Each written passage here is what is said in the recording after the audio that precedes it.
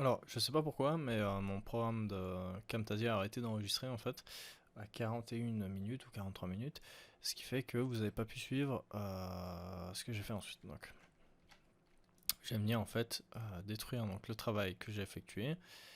Hop. Donc, ce que je viens faire, c'est que je viens simplement donc me remettre là où on en était. Donc, on avait placé tous nos plans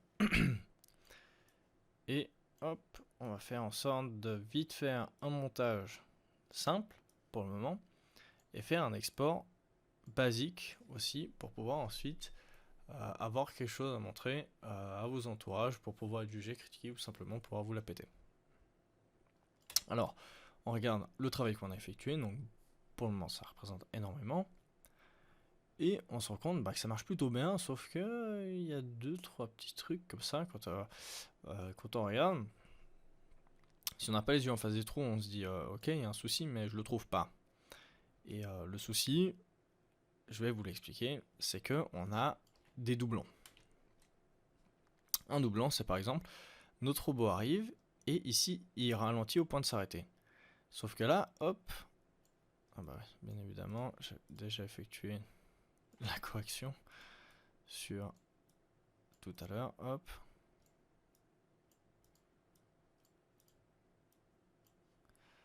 Alors si je viens ici, très bien. Donc notre robot arrive et le souci c'est que il s'arrête une fois et là hop il s'arrête une deuxième fois. Pour corriger ça en fait c'est simple, c'est on vient juste avant qu'il s'arrête et on vient en fait récupérer l'autre plan et on vient dépasser l'autre plan. Et c'est là où je voulais en venir en fait, où on va se donner plus de matière, histoire en fait de pouvoir choisir qu'est-ce qui se passe. Donc ça veut dire que je peux dire par exemple que il arrive et hop, il s'arrête sur ce plan, ou alors en revanche, je peux bien évidemment lui dire hop, eh bien tu t'arrêtes sur l'autre plan et après tu parles ici. Donc à vous de voir, moi je choisis plutôt une approche dynamique, ça veut dire que j'aime bien l'idée qu'il arrive mon mouvement et qu'il arrive finir son mouvement sur ce plan là. Et à partir de là, vous êtes libre bien évidemment de, par votre créativité, créer un montage qui vous correspond. C'est exactement comme l'animation, ça sert à rien de venir suivre au centième près le montage que je vais faire moi, parce qu'on n'aura très certainement pas le même rendu dû aux animations différentes qu'on aura effectuées. Pour le modding, pour le rigging, pour le texturing, c'était cool de me suivre. Bon, le texturing, vous étiez un peu libre, hein. Si vous vouliez le faire vert, bah voilà, c'est libre à vous. Mais pour l'animation et pour le montage, là, niveau technique, c'est cool que je vous apprenne des trucs, mais après, c'est à vous de faire la part des choses, bien évidemment. Ensuite, ici, normalement, ça devrait plutôt bien marcher. Hop, très bien. Ici, on se rend compte qu'il va se passer quelque chose de bizarre. C'est, il tire les bras en arrière et il retire les bras en arrière. Et ça marche pas des masses. Donc ce qu'on va faire, c'est que soit on vient lever ces deux blocs ici pour les placer devant comme ça. Donc c'est-à-dire que eux, lui on le lève par exemple, et eux on les déplace, ici. Mais ça m'empêche de vous présenter un nouvel outil de Premiere Pro qui est par exemple, on vient le lever, hop, on le place au bon endroit. Donc, est-ce qu'il est au bon endroit? Non, hop.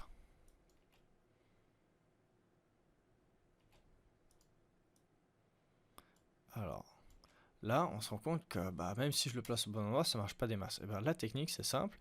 C'est on vient ici, on voit que sur le bord, on a deux flèches. Une qui tire sur la gauche, une qui tire sur la droite. Et bien, on va prendre celle qui est par à droite et on vient en fait écraser comme ça un bout d'animation et on vient s'arrêter, hop, par exemple, au moment où en haut à droite, il finit en fait son mouvement des bras. Ce qui fait que maintenant, hop, il finit son mouvement des bras à la fin de sa rotation. Très bien. Et ça me permet donc de vous montrer ce nouvel outil à la place de passer lui simplement au-dessus. Très bien. Vous voyez, pour le moment, les outils que je vous présente sont relativement simples. Et pouf, ils tombent vers le bas. Et maintenant, juste pour finir sur un dernier outil qui est primordial, c'est l'outil C pour couteau. Donc on retrouve ici, hein, c'est comme d'hab, hein, Photoshop, tous les autres outils on les retrouve ici, on a la plume, la main pour se déplacer, tout ce genre de choses. Avec C qui est l'outil Razor Tool, donc le rasoir en français, qu'on appellera couteau, on peut venir en fait couper dans notre séquence. Donc par exemple, je vais venir ici couper la fin, juste pour l'exemple. C'était soit je la coupais, ou soit je venais simplement la déplacer de cette manière-là. Et si je viens réouvrir sur ma timeline, bien évidemment, ce n'est pas destructif, elle est encore présente. Très bien. Alors, maintenant que ça c'est fait, histoire de pas juste avoir un fichier Premiere Pro, sur Premiere Pro, comme sur Cinema 4D ou After Effects, ce qu'on demande au programme est plutôt lourd. Donc ça veut dire qu'on ne peut pas faire simplement fichier enregistré sous .mp4 ou fichier enregistré sous .jpeg 4K. Ça marche pas comme ça. Sur Photoshop, ça marche. Sur Premiere, After Effects et CKD, ça ne marche pas comme ça. On doit venir faire des exports. Donc sur Premiere, ce qu'on va faire, c'est qu'on va faire fichier, exporter, média. On le sélectionne et là maintenant il va nous sélectionner un média. J'ai déjà fait mon rendu précédemment vu que je pensais que mon enregistreur continuait de tourner, mais il a planté. Donc export audio on décoche parce qu'on n'en a pas besoin et on va aller sur format. Les formats que vous allez le plus utiliser pour le moment dans votre carrière, potentiellement dans votre carrière, si vous faites pas du cinéma du gros cinéma, on va dire, ce sera du H.264, qui est un format codec standard utilisable presque partout. Donc on va passer en H.264, on va laisser tout tel quel, on va pas se prendre la tête. Le but là c'est juste d'avoir une vidéo que vous pourrez montrer à vos potes ou à des gens qui pourront vous corriger, vous dire corrige l'anime, corrige ça ou corrige ci. Et on fait, bien évidemment on va choisir un chemin d'accès. Moi je vais venir écraser une vidéo que j'ai fait précédemment, donc que j'ai exporté avant, hop, est-ce que je vais l'écraser? Oui. Je coupe mon son en espérant que ça ne soit pas en dessous. Et je fais export. Est-ce que je vais l'écraser? Oui. Donc c'est un petit fichier vidéo, hein. C'est pas grand chose, ça va relativement vite et c'est vraiment cool. Maintenant, pour ceux qui sont en mode hyper inquiétés parce qu'ils n'ont pas moyen ici, quand on va dans File, Export, Média, ceux qui n'ont pas ici le H.264, donc tous ces codecs là, ou qui en ont d'autres, ou qui ont simplement le codec animation, ce qu'on va faire, ne vous inquiétez pas, c'est qu'on va aller sur Windows ou sur votre Mac bien évidemment, et on va utiliser en fait Media Encoder, Adobe Media Encoder. On va l'ouvrir, et en fait c'est juste un programme d'export vidéo qui est connecté à After Effects ou Premiere Pro. Je ne vais pas rentrer dans les détails, bien évidemment, c'est pas le but de ces deux petites vidéos à la base qui étaient censées être qu'une et à la base même juste un bonus d'animation. Mais le but c'est de faire simple. Donc c'est un programme qui nous permet d'exporter des vidéos. Si vous regardez ici tout à gauche, vous avez votre ordinateur avec tous les fichiers qu'il va porter. À droite, une fenêtre, on ne sait pas trop ce qui se passe. Ici, on ne sait pas trop ce qui se passe. Ici, on ne sait pas trop ce qui se passe. On ne se prend pas le chou. Les seules choses qui nous intéressent, c'est savoir où se trouve notre fichier Premiere Pro et qu'on soit ici en accélération GPU CUDA si vous avez une NVIDIA. Comme carte graphique, bien évidemment. Donc, moi je sais qu'il est dans Disk Local D, dans Teaching, Rick et Morty, Robot Butter, Premiere Pro, et c'est mon fichier ici Premiere qui m'intéresse. Quand je le sélectionne, il va directement en fait me sortir toutes les séquences qui sont affiliées à mon projet, donc toutes les séquences ou les vidéos ou peu importe, tous les contenus vidéo, et il va me sortir en fait ici le plan animation qui est ce plan là ici. Donc ça veut dire que lui en fait il supporte toutes mes vidéos. Donc ça veut dire que je peux venir par exemple le renommer et l'appeler SQ check editing. J'enregistre. Et si je viens ici, hop, il me l'a transformé en SQ check editing. Ce qui veut dire que je sais que c'est lui que je veux faire exporter. Je le sélectionne et je le drag and drop tout simplement dans la file d'attente. Lui va s'occuper de mouliner. Suivant comment cet encodage, il le fait en CUDA, je crois, donc ça peut prendre potentiellement plus ou moins de temps. Ici, on se rend compte donc qu'on a tous nos codecs et qu'on a ici une autre option qui est assez cool, qui sont en fait des préconfigurations, c'est-à-dire préconfiguration pour YouTube, pour Vimeo, Twitter, mobile, Facebook, tout ce que vous voulez. Moi, je vais rester en YouTube 720 parce que j'ai pas besoin de 4K ni de 1080 pour le moment. Je vais rester en 720, ça ira très bien. Je vais choisir un chemin d'accès que j'avais appelé 0001, donc un 0 de plus que l'export normal. J'enregistre oui, et je viens en fait pour lancer mon rendu, c'est simple, je viens cliquer sur démarrer la file d'attente de rendu. Hop. Et lui, il s'occupe en fait de faire le taf pour moi. En faisant cette technique-là, en fait, ça me permet de pouvoir encore travailler sur Premiere Pro pendant que j'effectue des rendus. Donc imaginons vous êtes professionnel, vous faites des films. Si vous lancez un film à rendre sur votre Premiere et que vous pouvez plus effectuer votre métier, qui est donc faire des montages de rendus, si votre film tourne pendant 3 jours de rendu, vous perdez 3 jours de travail. Tandis qu'avec Adobe Media Encoder, vous pouvez lancer un gros rendu et continuer de travailler. Et ça, c'est plutôt cool de la part d'Adobe. Donc, j'enregistre. Adobe Media Encoder, je peux le fermer. Je retourne dans mon dossier où j'ai mes vidéos et on se rend compte maintenant que j'ai 2 vidéos. Une vidéo sortie depuis Media Encoder, une vidéo sortie depuis Premiere Pro qui sont normalement exactement les mêmes.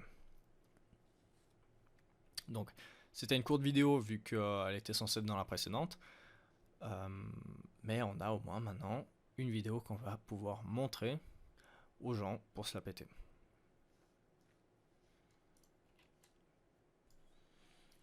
Alors, ce fichier Premiere Pro il va nous être important parce que ce sera en fait le squelette de notre montage final.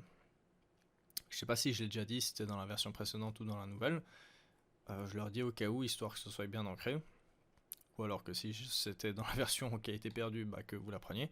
En gros, ce qui va se passer, c'est qu'on va à chaque fois incrémenter ce fichier-là. Donc ça veut dire que là maintenant, on a créé le SQCheck. Ce qu'on fera, c'est qu'on fera fichier sous.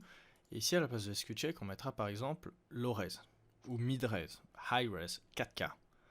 On choisira, on va évoluer à chaque fois en fait de plus en plus haut. Ou alors simplement lighting.